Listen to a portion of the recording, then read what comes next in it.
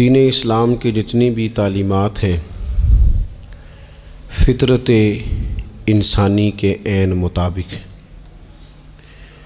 اللہ تعالیٰ نے جس طرح کا انسان کو بنایا ہے اور جن چیزوں کی اسے ضرورت ہے انہی چیزوں کی تعلیمات کا نام دین اسلام ہے۔ جب ہم دین سے ہٹ کر کوئی کام کرتے ہیں تو اس کا معنی یہ ہوتا ہے کہ ہماری جو ذاتی اپنی فطرت ہے، جو ہمارے جبلی تقاضے ہیں، فطری تقاضے ہیں، ہم ان تقاضوں کی مخالفت کرتے ہیں۔ دین بالکل انسان کی فطرت کے مطابق اسے احکامات دیتا ہے۔ ہماری دینی تعلیمات کا جو بنیادی نقطہ ہے کتاب و سنت میں وہ یہ ہے کہ ہم امت وسط ہیں، ہم درمیانی امت ہیں، افراط و تفریط سے پاک، شدت سے، غلو سے، تنگ نظری سے، ان چیزوں سے پاک، درمیانی اور معتدل امت وسط۔ افراط و تفریط سے پاک ہونا یہ اس امت کی خوبصورتی ہے، نہ اس طرف زیادہ جھکا جائے نہ اس طرف زیادہ جھکا جائے، بلکہ دین کا حسن یہ ہے کہ انسان معتدل زندگی گزارے۔ قرآن مجید میں اللہ کریم نے فرمایا وَلَا تَعْتَدُوا، حد سے نہ بڑھو، ان اللہ لا يحب المعتدین، اللہ حد سے بڑھنے والوں کو پسند نہیں کرتا، محبوب نہیں رکھتا۔ اللہ تبارک و تعالی ان لوگوں کو پسند نہیں فرماتا جو اعتدال کا رستہ چھوڑ جاتے ہیں۔ بعض لوگوں کی یہ طبیعت ہوتی ہے کہ وہ اپنی مزاج کے لحاظ سے ہی کبھی اس پلڑے میں جھک جاتے ہیں، کبھی اس پلڑے میں جھک جاتے ہیں۔ کسی سے دوستی ہوئی تو پھر اس قدر زیادہ ہوئی کہ غلو کا شکار ہو گئے، جان بھی حاضر، مال بھی حاضر، سارا کچھ ہی تو ہے، گھر کی باتیں بھی بتا لی، باہر کی بھی بتا لی، کاروبار کی بھی بتا لی، سب اسی کے نام کر دیا۔ لیکن جب اس شخص کے ساتھ اختلاف ہوا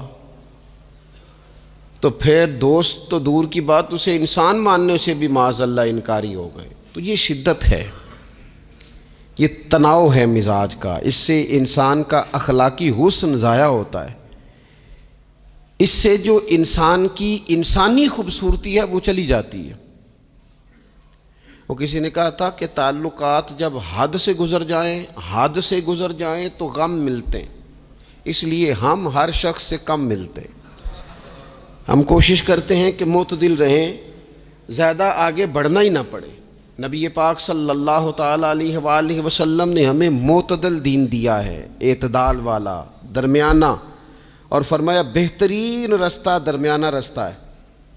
اور نبی پاک علیہ الصلوۃ والسلام نے فرمایا جو درمیانی چال چلتا ہے وہ کبھی تنگ نہیں ہوتا، جو اعتدال کا رستہ اختیار کرتا ہے تکلیف میں نہیں آتا۔ معتدل چلنے والے لوگ جو ہوتے ہیں ان کا بیلنس ہمیشہ ٹھیک رہتا ہے، ان بیلنس نہیں ہوتے۔ تو معتدل زندگی گزاریں، اعتدال پسند بنیں، چیزوں میں شدت نہ لائیں۔ نبی پاک علیہ الصلوۃ والسلام نے فرمایا دین میں بھی غلو نہ کرو، فرمایا تم سے پہلے لوگ غلو کی وجہ سے ہلاک ہو گئے۔ کچھ لوگ غلو کرتے ہیں، چھوڑ دیا جی میں نے سارا کچھ، میرا کوئی تعلق نہیں جی، میں نے نہیں بیاہ کرانا، میرا شادی سے کیا لینا دینا، میں نے گھر چھوڑ دیا جی، اب میں نے بس تسبیحاں ڈال لی ہیں گلے میں جی، میں اب بس مسجد میں ہی ہوں جی، میں فلانی جگہ۔ دین تو اس کو پسند ہی نہیں کرتا، یہ تو حقوق سے بھاگنے والی بات ہے، شریعت تو اس کو سپورٹ ہی نہیں کرتی۔ اور میں نہ جناب چھوڑ دیا جی میں کچھ نہیں کھاتا جی، بس میں تو روزہ رکھتا ہوں ہر روز، ساری رات اللہ اللہ کرتا ہوں، اس کو پسند نہیں کرتا دین اسلام۔ آپ کو معتدل رہنے کا کہا گیا ہے۔ وہ جو رہبانیت اختیار کر لی تھی یہودیوں نے، عیسائیوں نے، غاروں میں چلے گئے، نکل گئے جنگلوں میں، تو حضور نے فرمایا میرے دین میں کوئی رہبانیت نہیں ہے۔ دین تو کہتا ہے کہ آپ روٹین کے کام کریں، روٹین کے، اور روٹین کے کام ہی صحیح کر کے کریں، اسی میں آپ کو اللہ کی رضا نصیب ہو جائے گی۔ لیکن حضور نے فرمایا جو محنت کر کے روزی کمانے والا اللہ کا دوست ہے، سچا تاجر جو ہوگا اسے اللہ قیامت کے دن نبیوں کے ساتھ جگہ عطا فرمائے گا۔ تو نبی پاک علیہ الصلوۃ والسلام نے تو سپورٹ کر دی، فرمایا جو تو کام کر رہا ہے یہی کرتے کرتے تجھے اللہ کا قرب نصیب ہو جائے، اسی کو صحیح کر کے کر۔ یہ جو غلو ہے، یہ جو شدت پسندی ہے، اسے منع کیا۔ نبی پاک علیہ الصلوۃ والسلام کے گھر میں 3 صحابہ کرام علیہم رضوان تشریف لے گئے۔ انہوں نے جا کے نبی پاک علیہ الصلوۃ والسلام کی عبادت کا حال پوچھا۔ چند صحابہ گئے تو ازواج مطہرات نے ارشاد فرمایا کہ محبوب گھر تشریف لاتے ہیں، کچھ وقت آرام کرتے ہیں، کچھ وقت ہمیں دیتے ہیں، کچھ وقت عبادت میں گزارتے ہیں۔ اب وہ تو گئے تھے جا کے یہ معلومات کریں گے اوہو کہ سرور کائنات تو ساری رات اپنے رب کو یاد کرتے ہیں۔ ہمارے ہاں بھی لوگ پیری مریدی کے سلسلے میں جب کہیں جاتے ہیں تو ان کا خیال ہوتا ہے کہ جو پیر صاحب ہوتے ہیں نا جی، نہ وہ روٹی کھائیں، نہ ان کے ہاتھ میں موبائل نظر آئے، نہ وہ ہنسیں، نہ انہوں نے اچھے کپڑے پہنے ہوئے ہوں، بالکل ایک فقیر آدمی، اور جب بھی ہم جائیں نا وہ تھوڑی، اور لوگ کرتے بھی ہیں یہ کام اللہ ماشاء اللہ، لوگوں کو دکھانے کے لیے وقتی طور پر بعض جگہوں پہ یہ سلسلہ ہوتا بھی ہے، لیکن یہ وہ نارمل زندگی نہیں جو ہمیں رسول پاک نے سکھائی ہے، یہ وہ دین نہیں کہ آپ بالکل کٹ گئے اور آپ حیرت انگیز بات کر رہے ہیں اور آپ جناب بالکل دنیا کا آپ سے کوئی تعلق ہی نہیں ہے۔ یہ تو رہبانیت ہے اور اسلام اس کو قبول نہیں کرتا۔ وہ صحابہ کرام علیہم رضوان نے نبی پاک علیہ السلام کے احوال شریفہ سنے تو وہ کہنے لگے کہ نبی پاک کے صدقے تو اللہ اگلے پچھلوں کو معاف کرے گا، حضور تو محبوب ہیں۔ یہ سن کے اب انہوں نے اپنے دل میں جو ارادہ کیا، کہنے لگے محبوب تو وراء الورا ہیں، لیکن ہم چونکہ گناہگار لوگ ہیں، عام آدمی ہیں، ہم اس طرح کریں گے کہ ہم ساری رات اللہ کی عبادت کریں گے۔ حضور تو محبوب ہے نا، چلو کچھ دیر آرام بھی کرتے ہیں، ہم ساری رات عبادت کریں۔ ایک نے کہا کہ بھائی میں تو ہر روز روزہ رکھا کروں گا نفلی۔ تیسرے نے کہا میں شادی نہیں کروں گا، میں ایسے ہی وقت گزاروں گا، تجرد کی زندگی گزاروں گا۔ رسول پاک علیہ السلام کو جب اس بات کی خبر پہنچی تو پتہ حضور نے تبصرہ کیا کیا؟ قربان جائیں، کیا انداز ہے گفتگو کا۔ محبوب فرمانے لگے یہ میں نے کیا سنا ہے کہ میں شادی نہیں کروں گا اور میں ہر روز روزہ رکھوں گا اور میں ساری رات ہی نفل پڑھوں گا، آرام ہی نہیں کروں گا۔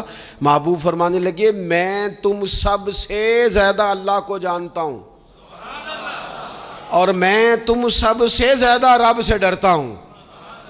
حضور فرمانے لگے میں نے تو شادیاں بھی کی ہیں، میرے تو بچے بھی ہیں۔ حضور فرمانے لگے میں تو روزہ بھی رکھتا ہوں اور میں تو نفلی روزے چھوڑتا بھی ہوں۔ محبوب کریم علیہ الصلوۃ والسلام فرمانے لگے میں تو رات کو عبادت بھی کرتا ہوں اور آرام بھی کرتا ہوں۔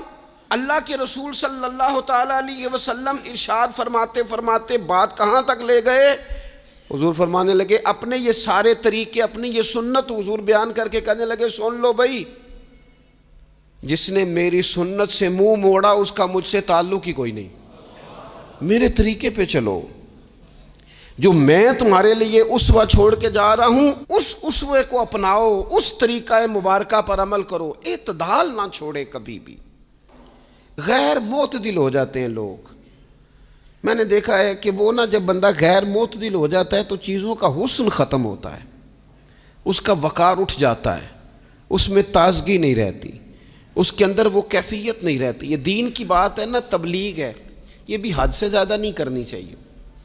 حضرت عبداللہ ابن مسعود رضی اللہ تعالیٰ عنہ سے لوگوں نے کہا تھا ہمارا دل کرتا ہے آپ روز واز کریں، روز تقریر کریں، ہم روز سنیں، تو آپ فرمانے لگے نہیں، ہفتے میں 3 دن بات کروں گا۔ اتنی بات کریں گے جو معتدل رہے، جو حد سے زیادہ نہ بڑھے۔ وہ ہمارے ہاں رواج ہے نا 2.5 گھنٹے کی تقریر کا، 3 گھنٹے کی تقریر کا، 4 گھنٹے کی تقریر کا۔ تو ہم سے لوگ کئی دفعہ کہتے ہیں اسی تے جے گل سمجھن لگے سا تسی ختم کر دیتی۔ تو میں نے کہا آپ شروع لیٹ ہوئے ہیں نا، ہم اللہ کے فضل سے پہلی بات سے شروع ہو گئے تھے، ہم نے وہ آدھا گھنٹہ تمہید پہ نہیں نہ لگایا۔ تجاوز نہ کریں چیزوں سے، اعتدال میں رہیں۔ دیکھیے اسلام ہمیں یہ کہتا ہے کہ تم کھانا کھاؤ، کلو وشربو، کھاؤ بھی پیو بھی، تمام جائز چیزیں کھانے کی اجازت ہے، لیکن نبی پاک علیہ السلام نے فرمایا کمر سیدھی رکھنے کے لیے کھاؤ، اور جب تمہارا بڑا جی چاہے نا پیٹ بھر کے کھانے کو تو کریم فرمانے لگے پھر بھی 3 حصے کرو کھانے کے، ایک حصے میں ہوا ہو، ایک میں پانی ہو اور ایک میں خوراک ہو، پھر بھی پیٹ بھر کے نہ کھاؤ، بلکہ اللہ کے رسول صلی اللہ تعالیٰ علیہ وسلم فرمانے لگے کسی نے اتنا برا برتن بھرا ہی نہیں جتنا کسی نے اپنے پیٹ کو بھرا ہے۔ سب سے برا برتن تم نے بھرا۔ زیادہ کھائیں گے خواہشات زیادہ پیدا ہوں گی، زیادہ کھائیں گے نیند زیادہ آئے گی، زیادہ کھائیں گے غفلت زیادہ طاری ہوگی۔ لیکن کچھ لوگوں کا مقصد زندگی کھانا ہے، صبح کی پلاننگ الگ ہے، دوپہر کی الگ ہے، شام کی الگ ہے۔ آپ حیران رہیں گے کہ آپ اس ملک میں رہتے ہیں جس میں سب سے بہترین بزنس ہوٹل چلانے کا بزنس ہے، کھانے پینے کا کام کرو، یہ بھی بنا لو یہ بھی بنا لو، اچھا بھلا کھا پی کے اس کے بعد فاسٹ فوڈ کا آرڈر دے دیا جاتا ہے، اور کھانے کے بعد کتنی ساری چیزیں۔ اب تو یہ میں کچھ عرصے سے دیکھ رہا ہوں، اچھا بھلا کھانا کھاتے ہیں، اس کے بعد چائے کے ساتھ بسکٹ آ جاتے ہیں۔ میرا ایک غریب گھر سے تعلق ہے، ہم تو اس وقت چائے کے ساتھ بسکٹ کھاتے تھے، رس کھاتے تھے جب روٹی کوئی نہیں ہوتی تھی، یا روٹی کھانے کا پروگرام نہیں ہوتا تھا، کوئی پرہیز چلتی تھی۔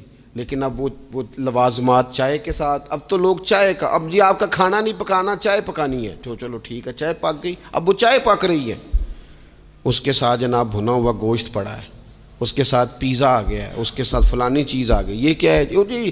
اچھا پھر وہ خواہش بھی ہوتی ہے بعض میزبانوں کی کہ اب یہ تعریف بھی کریں، وہ سارا کچھ رکھ کے تو ساتھ یہ بھی کہہ رہے ہوتے ہیں تو چونکہ روٹی ڈاک چھڑی سی، لہذا پھر ہم نے نا یہ سارا کچھ کیا ہے۔ یعنی وہ کہہ رہے ہوتے ہیں کہ مہمان اب یہ کہے کہ او ہو آپ نے تو بڑا تکلف کر دیا ہے، اس کی کیا ضرورت تھی۔ تو کئی مہمان میری طرح کے بڑے پکے ہوتے ہیں، جو روز کے مہمان ہوتے ہیں نا بڑے پکے ہوتے ہیں، وہ تعریف شریف کوئی نہیں کرتے، وہ صاف ہی بات کرتے ہیں کہ تسی ایک شے رکھ دے تے اسی بھی چج نال کھا لیندے۔ اب تو یہ چکھنے چکھانے کا ہی ماحول ہے، کوئی ایک رکھتے یا ہماری مرضی کی رکھتے یا پوچھ لیتے کہ اس ٹائم روٹی کھانی ہے تو چلو ہم کھاتے۔ یہ لوازمات ہیں، یہ تکلفات ہیں، اس میں گھر والے بھی تکلیف میں، پیسہ بھی بعضوں کا ضائع۔ آپ کھانے کے لیے زندہ نہ رہیں، زندہ رہنے کے لیے کھانا کھائیں، اپنی طبیعت میں بوجھ نہ بنائیں کسی قسم کا۔ نبی پاک صلی اللہ تعالیٰ علیہ وسلم نے مومن کی شان پتہ کیا بیان کی؟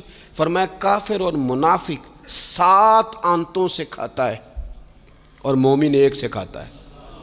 اتنا فرق ہے کافر منافق کے کھانے میں اور مسلمان کے کھانے میں۔ 6 گنا کم روٹی کھاتا ہے مسلمان، 6 گنا کم۔ حضرت عمر فاروق ملک کے شام میں حضرت ابو عبیدہ بن جراح سے ملنے کے لیے گئے تو کہنے لگے اتنی دور سے آیا ہوں، شپا سالار اور روٹی تو کھلا۔ تو انہوں نے اپنے بیگ سے رات کا خشک ٹکڑا کھانے کا نکالا اور پانی کا پیالہ دے کے کہنے لگے عمر یہ لو کھا لو۔ تو حضرت فاروق اعظم کہنے لگے یہی وہ مزیدار روٹی تھی جس کے لیے میں تیرے پاس آیا تھا، یہی وہ کھانا تھا، میں تلاش کر رہا تھا کہ یہ تمہیں ملے گا۔ کدھر گئے وہ لوگ جو رات کے کھانے میں فریج بھی نہیں ہوتی تھی، رات کے کھانے میں تھوڑا پانی ڈال دیا اماں نے، اس کو 3-4 دفعہ ابال لیا، رات کی روٹیوں میں تھوڑا سا پانی اور تھوڑا سا گھی، پورا گھی نہیں، تھوڑا سا پانی اور تھوڑا سا گھی، اور ساتھ دادی نانی یہ بھی کہہ رہی ہے کہ یہ پانی سے ذرا نرم ہو جائے گی روٹی، اور پھر وہ کھانا کھایا جا رہا ہے۔ اس کے اندر نہ تو ڈاکٹر آپ کو یہ کہہ رہا ہے کہ یہ نقصان کا باعث ہے، نہ معدے پہ بوجھ بن رہا ہے، نہ اس کے لیے پھر بھائیوں کو جا کے پردیس کاٹنا پڑ رہا ہے، نہ باپ کو کئی قسم کی نوکریاں کرنی پڑ رہی ہیں، اعتدال میں گھر کے اندر ہی سارا کچھ مینج ہے۔ یہ وہ حسن ہے جو اسلام کہتا ہے تم غیر معتدل ہو گئے، تم حد سے بڑھ گئے، تم نے زندگی ساری کھانے پینے پہ لگا دی۔ اور بھائی من چاہی نعمتیں تو جنت میں ملیں گی، ہم نے تو مزے کے کھانے وہاں جا کے کھانے، وہاں ملے گا پھل اور وہاں ملے گی نعمتیں جو بار بار ملیں گی، چہرے ایک جیسے ہوں گے پر ذائقہ بڑا منفرد سے منفرد نظر آئے گا۔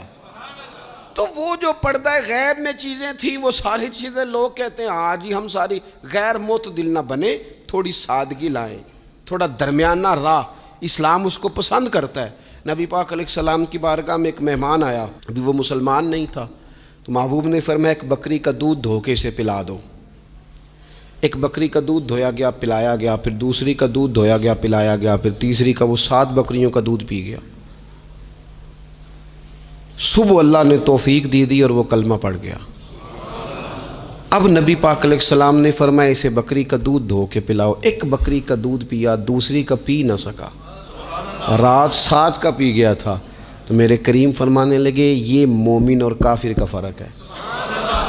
جب تک یہ حالت کفر میں تھا 7 بکریوں کا دودھ پی گیا, اب یہ مومن ہوا ہے تو اللہ تبارک و تعالیٰ نے ایک دودھ کے ساتھ ہی اسے سیر فرما دیا ہے.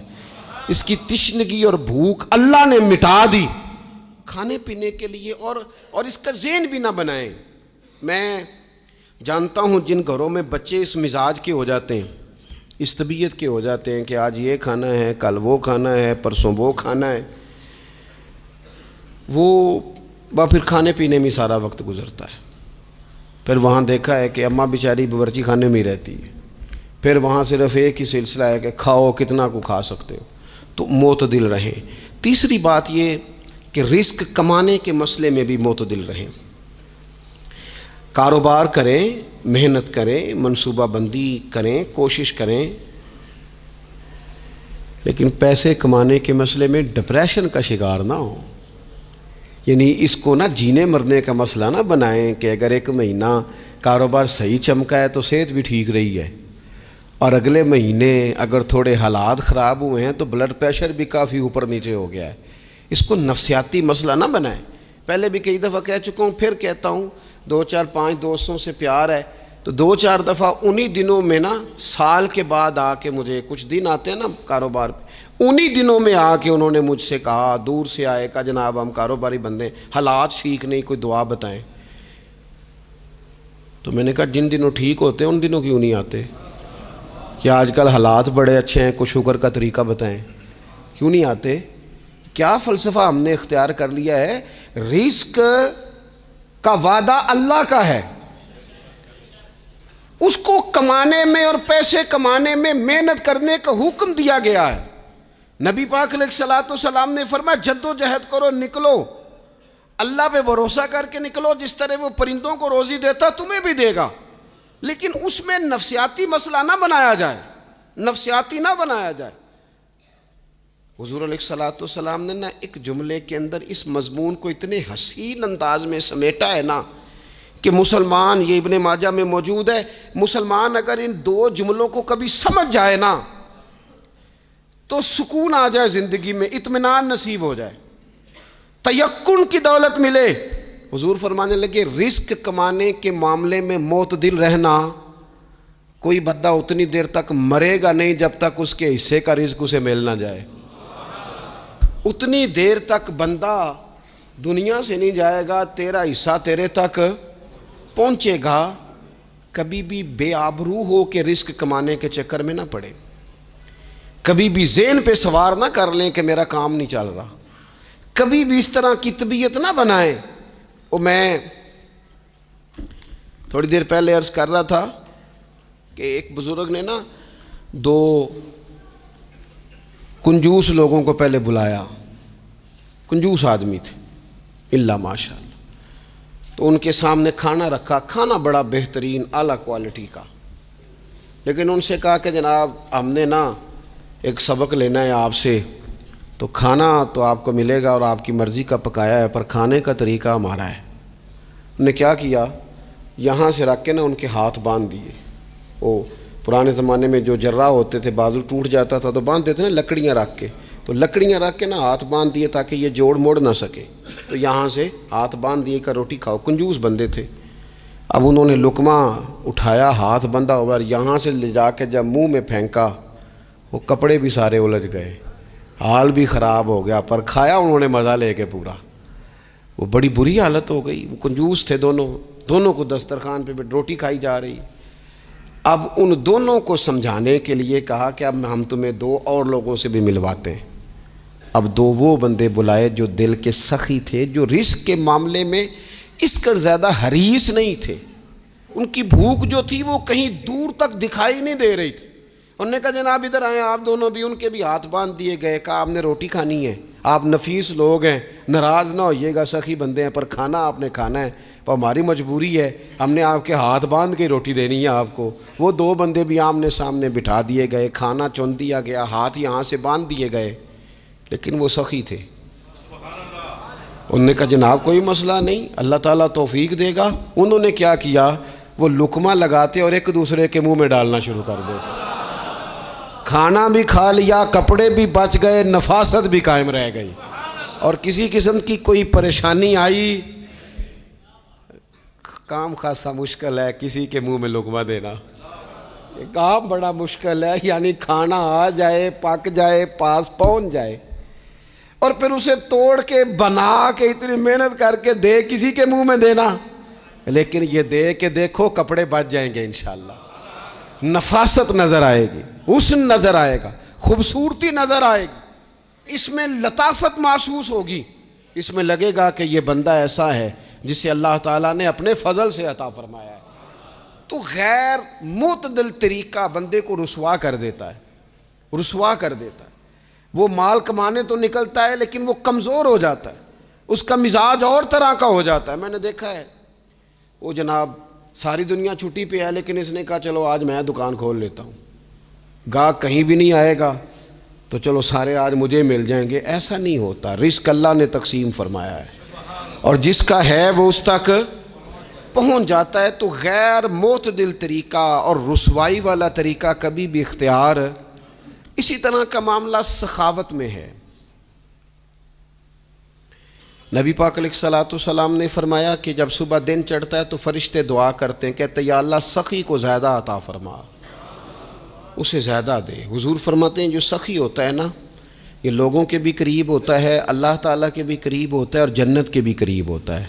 اور یہ جو کنجوس ہوتا ہے یہ لوگوں سے بھی دور ہوتا ہے، اللہ تعالیٰ سے بھی دور ہو جاتا ہے، جنت سے بھی دور ہو جاتا ہے۔ سخاوت بڑی اعلیٰ چیز ہے، لیکن اس میں بھی معتدل رہنے کا کہا گیا ہے۔ معتدل، کچھ لوگ ایسے ہیں جو سخی نہیں ہوتے، یہ میں کوشش کروں گا تشریح آپ کے ذہن کے مطابق کر لوں۔ سخی مزاجن سخی، لیکن اگر کبھی چڑ جائے نا، وہ جتنے مرضی پیسے لے لو ان سے، مزاج میں سخاوت نہیں۔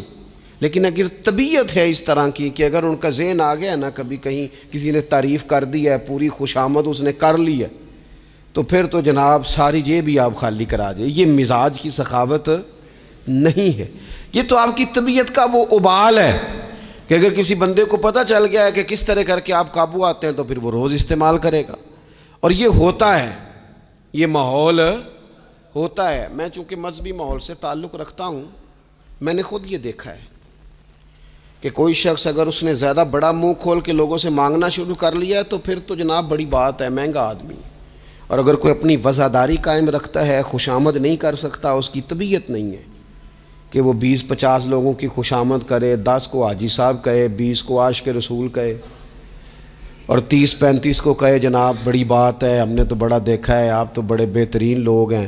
تو پھر جناب وہ اگر یہ کام اسے کرنا آتا ہے تو پھر اس کا مطلب ہے اسے دہاڑی بھی اچھی لگانی آتی، پھر اس کی آواز کا بھی زیادہ سریلا ہونا ضروری نہیں، پھر اللہ تعالیٰ معاف فرمائے، پھر بس ٹھیک ہے، اب میں کیا اس پر تبصرہ کروں، پھر تو ہم دیکھ رہے ہوتے ہیں جس کو وہ عاشق رسول کہہ رہے ہوتے ہیں نا۔ اور ایسی خطرناک، میرے سامنے ایک نعت خواہ ایک صاحب سے کہنے لگا، نعت حضور کی پڑھی جا رہی ہے۔ کبھی شعراء ایک کام کرتے تھے، وہ کہتے تھے شعر تیری نظر ہے، وہ غزل کا شعر ہے یا کوئی ایسا شعر ہے، لیکن ایک شعر ہے نعت کا، اس میں تو حضور کی تعریف ہے، نبی پاک کی تعریف کا شعر کسی بندے کی نظر کیسے ہو سکتا ہے جب اس میں ذکر ہی رسول پاک کا ہے؟ تو وہ نعت خان صاحب کہنے لگے، بندہ سامنے بیٹھا ہے، تھوڑا بہت میں بھی اسے جانتا ہی تھا، تو اسے کہنے لگے حاجی صاحب یہ شعر تہاڈی نظر ہے۔ میں انہوں آکھیا تو مہربانی کر ایدی نظر کوئی اور شے کر لیا، یہ تو نعت ہے حضور کی، یہ نبی پاک کے لیے ہی رہنے دے، اس کی نظر تو نے کر دی ہے۔ تو نالے میں کیا ہے حاجی جنی دیر تک پیچھے بیٹھا سی اونی دیر تو نظر کیتی نہیں، ان دتھیاں لے کے سامنے آئے تھے تو نظر نیاز شروع کر لی۔ نہ کریں یہ کام، اس سے کوفت پہ، اور آپ یقین کریں میں ذمہ داری سے کہتا ہوں، یہ کام کرنے والا بھی تنگ ہوتا ہے، اور جس کے لیے کر رہا ہوتا ہے پتہ اسے بھی سارا ہی ہوتا ہے کہ چکر کیا چل رہا ہے، سب پتہ ہوتا ہے۔ تو اس تکلف میں جب انسان کام کرتا ہے تو کہاں تک بات جاتی؟ سخاوت کریں لیکن چڑھ کر کوئی کام نہ کریں۔ نبی پاک علیہ الصلوۃ والسلام نے فرمایا، حضور فرمانے لگے اس طرح خیرات نہ کرنا کہ تمہارے اپنے بچے بعد میں لوگوں کے سامنے ہاتھ پھیلاتے پھرے۔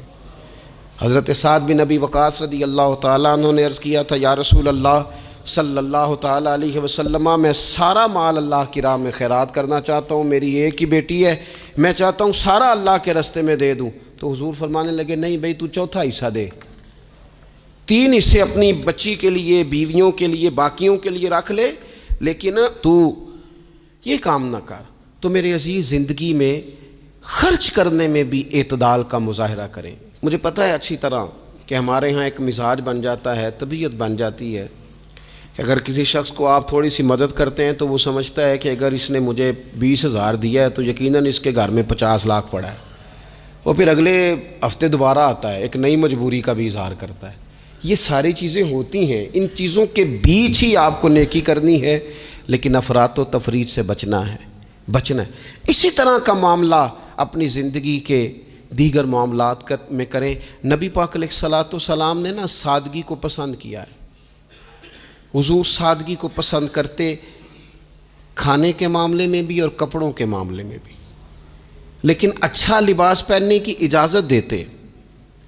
حضور علیہ الصلوۃ والسلام نے ایک موقع پر ارشاد فرمایا کہ اگر کسی بندے کے پاس گنجائش ہے تو اسے اجازت ہے کہ 2 جوڑے کپڑوں کے کام کاج کے لیے رکھ لے، 2 جوڑے جمعے کے لیے رکھ لے۔ اور نبی پاک صلی اللہ تعالیٰ علیہ وسلم نے ایک شخص کو دیکھا جو مالدار تھا، لیکن اس کے کپڑے پھٹے پرانے تھے، لباس پرا گندا تھا، بال بکھرے ہوئے تھے۔ تو اللہ کے محبوب علیہ السلام نے فرمایا تیرے اوپر اللہ کا فضل ہے، اور رب جب فضل کرے تو پھر اللہ فضل دیکھنا پسند بھی فرماتا ہے۔ فرمایا تو اچھا لباس پہن، حرج کوئی نہیں، لیکن اپنا رسول پاک علیہ السلام کا طریقہ مبارکہ یہی تھا کہ سیدہ عائشہ صدیقہ فرماتی ہیں کہ یہ وہ لنگی مبارک ہے اور یہ وہ پیوند والا کرتا مبارک ہے، اسی میں محبوب نے اپنی جان اپنے رب کریم کی بارگاہ میں پیش کر دی۔ اور فرماتی ہیں کتنے کتنے دن گزرے کہ رسول پاک علیہ الصلوۃ والسلام نے کھانا تناول نہیں فرمایا، کتنے کتنے دن گزرے۔ میں اس ساری بات کو اگر سمیٹوں نا تو میں یہ نوجوان اگر میری بات پر غور کریں تو اسلام کہتا ہے حضور خود کنگھی بھی فرماتے تھے، تیل بھی لگاتے تھے، امامہ بھی باندھتے تھے، سرما بھی پہنتے تھے، سادہ لباس پہنتے تھے لیکن صاف ستھرا۔ اسلام آرائش کی اجازت دیتا ہے، زینت کی اجازت دیتا ہے۔ آپ کنگھا کریں، تیل لگائیں، خوشبو لگائیں، سرما لگائیں، صاف لباس پہنیں، کپڑے دھلے ہوئے پہنیں۔ حضور نے حکماً کہا، تاکیداً کہا کہ جمعے والے دن نہا کے مسجد میں آیا کرو۔ اسلام آرائش کی اجازت دیتا ہے، بس نمائش سے منع کرتا ہے۔ دکھاوا نہ کرو، نمائش نہ کرو۔ یہ نہ کہو کہ میں نے اتنے لاکھ کا پہننا ہے، ذرا لاگ پتہ جائے لوگوں کو۔ یہ نہ مزاج بناؤ کہ اوہو یہ تو میں نے جناب پچھلے ہفتے بھی پہنا تھا، یہ تو میں نے منگنی والے دن بھی پہنا تھا، نکاح والے۔ یہ نمائش ہے، نمائش سے اسلام منع کرتا ہے۔ اللہ کے پیارے رسول صلی اللہ تعالیٰ علیہ وسلم نے فرمایا جس نے دنیا میں شہرت کا لباس پہنا، اس طرح کا لباس پہننا چاہا، اس طرح کے کپڑے زیب تن کرنا چاہے جس سے محسوس ہو کہ میں ایک بڑا آدمی ہوں، میں مالدار آدمی، جس نے دنیا کے اندر شہرت کا لباس پہنا، اللہ قیامت کے دن اسے ذلت کا لباس پہنائے گا۔ یہ معتدل کیوں نہیں رہا؟ اس نے کیوں حد سے تجاوز کیا؟ اس کو اس طرح نہیں کرنا چاہیے تھا۔ رسول رحمت صلی اللہ تعالیٰ علیہ وآلہ وسلم نے ہمیں جس چیز کی اجازت دی ہے وہ کام ہم کر سکتے ہیں، اور جس سے نبی پاک علیہ الصلوۃ والسلام نے ہمیں روکا ہے اس کام سے ہم نے بچنا ہے۔ ایک اور بات بھی خاص اور بالخصوص نوجوانوں سے کرنی ہے، وہ خاص جس طرح کھانے پینے میں معتدل رہیں، کمائی کرنے میں معتدل رہیں، خرچ کرنے میں اعتدال کا مظاہرہ کریں، لباس میں اعتدال کا مظاہرہ کریں، اسی طرح نا یہ آرام کرنے میں بھی ذرا معتدل رہیں۔ بہت زیادہ آرام کرنے لگ گئی ہے نئی نسل۔ آپ ضرورت سے زیادہ بھی سو لیں تو تھکاوٹ بڑھ جاتی ہے۔ اگر انسان اتنا ہی آرام کرے نا جتنا اس کی طبیعت کے لیے ضروری ہے تو اس میں طبیعت فریش رہے گی۔ لیکن اگر آپ کہیں، وہ ایک دوست ہیں ہمارے، تو ان کو جب تک کوئی اٹھائے نہ تو اٹھتے نہیں، تو گھر والوں نے ایک دن ارادہ کیا کہ آج صبح نہیں اٹھانا، دیکھتے ہیں کتنے بجے اٹھتا ہے، ماشاءاللہ شادی شدہ ہیں، بچے ہیں، تو کہنے لگے جی پھر اللہ کے فضل سے میں 2 بجے خود ہی اٹھ گیا تھا۔ رات ایک شخص سویا ہے اور اگلے دن 2 بجے سویا، تو اب انہوں نے تو یہ بات محبت میں کی، تو پھر میں نے ان سے یہ پوچھا، میں نے کہا یہ بتائیں کہ آپ چلیں رات آپ سو گئے، سمجھ لیں آپ سو گئے 2 بجے رات کو، 12 گھنٹے کے بعد اگر آپ اٹھے طبیعت کیسی تھی؟ کہنے لگے فریش نہیں تھی۔ میں نے کہا فریش تبھی ہوتی ہے اگر آپ فجر میں اٹھ کے وضو کر کے نماز پڑھتے، فریش یہ تبھی ہوتی ہے اگر آپ سحری آپ اپنی روٹین کے مطابق اٹھتے اور اپنی ڈیوٹی پہ جاتے، واپس آتے اور تھک کے سوتے۔ بہت زیادہ آرام پسندی، اور جب سے یہ ساتھ موبائل اٹیچ ہوا ہے، ایک کونا مل جائے، ایک تکیہ مل جائے، اور موبائل کی بیٹری موجود ہو اور سروسز اس کی ساری ٹھیک ہوں، پھر ہمیں آواز کوئی نہ دے۔ اس سے کیا ہوتا ہے؟ وجود بالکل سست ہو جاتا ہے۔ آپ کو اللہ تعالیٰ نے جو قدرتی صلاحیتیں دی ہیں، آپ جو کچھ کر سکتے ہیں اپنے گھر کے لیے، وطن کے لیے، ماں باپ، وہ آپ نہیں کر پائیں گے۔ زنگ آلود ہو جائے گا وجود، ہر وقت کی تھکاوٹ، ہر وقت کا مزاج کے اندر سستی کا آ جانا، اعتدال سے نہ نکلیں۔ نیند 7-8 گھنٹے بہت کافی ہے، اور وہ بھی میں آپ کو ایک ذاتی بات بتاتا ہوں، اگر اللہ چاہے نا بندے کی نیند پوری ہو تو کئی دفعہ صرف 20 منٹ آنکھ لگ جائے تو بندہ فریش ہو جاتا ہے، اور اگر منظور نہ ہو مالک کریم کو تو پھر ٹھیک ہے، لوگ لیٹے ہوئے۔ اللہ کے پیارے رسول صلی اللہ تعالیٰ علیہ وسلم نا بہت زیادہ آرام طلبی کو پسند نہیں کرتے، مسلسل جد و جہد۔ گھر آئے، کچھ دیر آرام کیا، نماز شروع کر لی، حضور تہجد میں اٹھ گئے، پھر حضور فجر میں اٹھ گئے، دوپہر میں تھوڑا سا آرام فرماتے تاکہ رات کو بیدار رہنا آسان ہو، لیکن بہت آرام پسندی۔ ہمارے حضرت صاحب فرمایا کرتے تھے زمین کے اوپر کام، نیچے جا کے آرام۔ وہ کسی نے کہا تھا جاگنا ہے جاگ لے افلاک کے سائے تلے، پھر تو حشر تک سوتا رہے گا خاک کے سائے تلے۔ سونا ہی ہے نا، مرنے سے لے کر قیامت تک سونا ہے نا، تو اب تو جاگنے کا وقت ہے۔ نبی پاک صلی اللہ تعالیٰ علیہ وسلم نے حضرت معاذ ابن جبل رضی اللہ تعالیٰ عنہ کو یمن کا گورنر بنا کے بھیجا تو نصیحت فرمائی تھی۔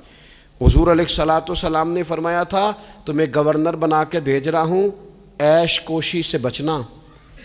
حضور فرمانے لگے اللہ کے بندے آرام طلب نہیں ہوتے، رب کے بندے تو محنت کرنے والے ہوتے ہیں، جد و جہد۔ وہاں جا کے عیش کوشی سے بچنا، یہ مسند امام احمد بن حنبل میں موجود ہے۔ یہ جو آرام ہے نا، ہمیں بلائے کوئی نہ، آواز کوئی نہ دے، میں مرضی سے اب تو چھٹی ہے جی، اب تو میں نے سویرے اٹھنا ہی نہیں۔ او بھائی ڈھیر سارے کام ہیں جو چھٹی والے دن کرنے کے، ڈھیر ساری ذمہ داریاں ہیں جو چھٹی والے دن پوری کرنے کی۔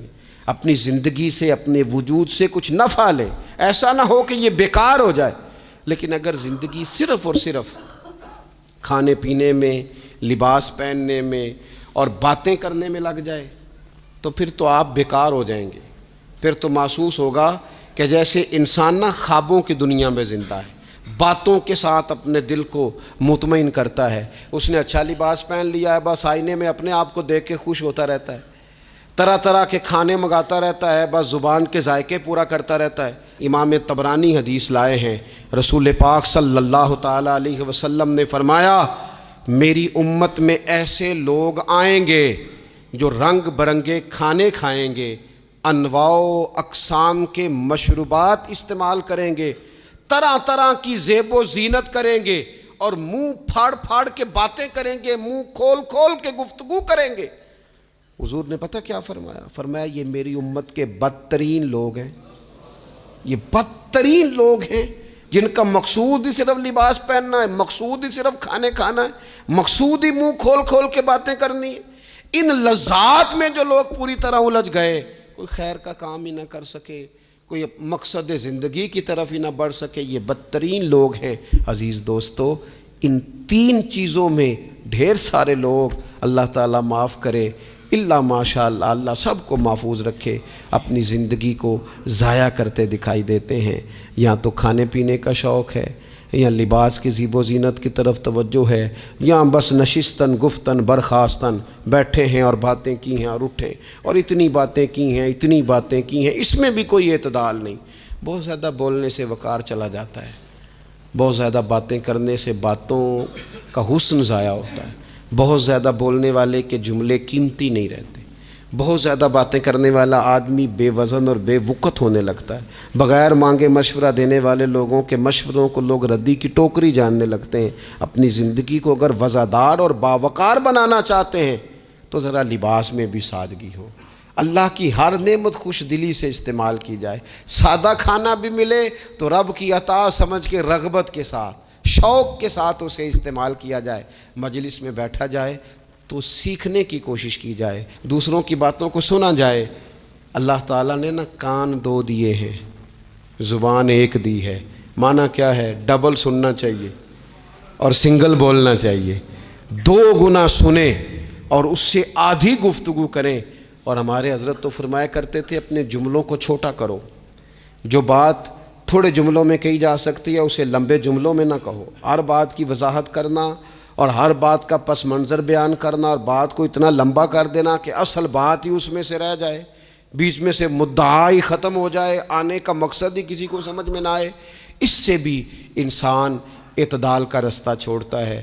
تو فرمایا ولا تعتدوا، حد سے نہ بڑھو، ان اللہ لا يحب المعتدین، اللہ حد سے بڑھنے والوں کو پسند نہیں کرتا۔ اللہ تبارک و تعالی ہمیں دین کا جو حسن ہے اعتدال پہ رہنا اس پہ ہمیشہ قائم رکھے۔